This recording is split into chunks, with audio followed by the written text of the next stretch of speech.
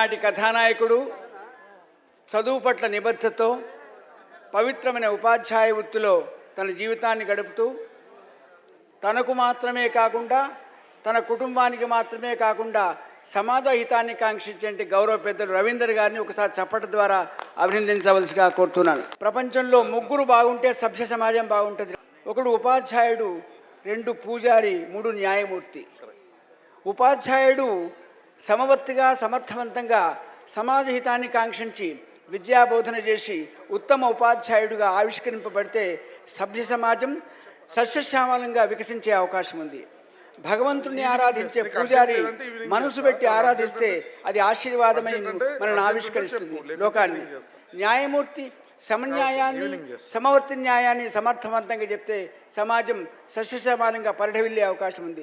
ఇవాళ చాలా చిన్నవాడు మా అబ్బాయి వయస్సు మా రవీందర్ గారిది. ఇవాళ ఉపాధ్యాయ వృత్తి చేస్తూ మీ అందరిలో అభిమానిగా ఆవిష్కరింపబడి ఇంత గొప్ప కార్యక్రమానికి 11 సంవత్సరాల నుంచి చేయటువంటి మామూలు ఓ యజ్ఞ కార్యక్రమం మరొకసారి మా రవీందర్ గారికి కొట్టాలి. ఇవాళ వ్యాఖ్యాత గారు గొప్ప మాట నన్ను బాగా నచ్చింది. 2028-29 ఆ ప్రాంతంలో జాతీయ ఉత్తమ ఉపాధ్యాయుడిగా ఆయనకి ఆవిష్కారం సంఖ్యాశాస్త్రపరంగా వస్తుంది రవీందర్. అది వచ్చిన తర్వాత ఆ సభకు నేనే అధ్యక్షతగా వహించి నేను సత్కారం చేస్తాను. ఉత్తమ ఉపాధ్యాయ యొక్క భారతదేశం కానీ ఉభయ రాష్ట్రాలు కానీ వారి యొక్క అపారమైన సేవా తత్పరతకు ఒక మంచి గుర్తింపు అంటే శాలువా మేమంటే కాదు, ఒక ఎక్స్ట్రా ఆక్సిజన్ లాగా ఆ శుభమైన వార్త మీరు చెప్పే అవకాశం ఉంది రవీందర్ గారు.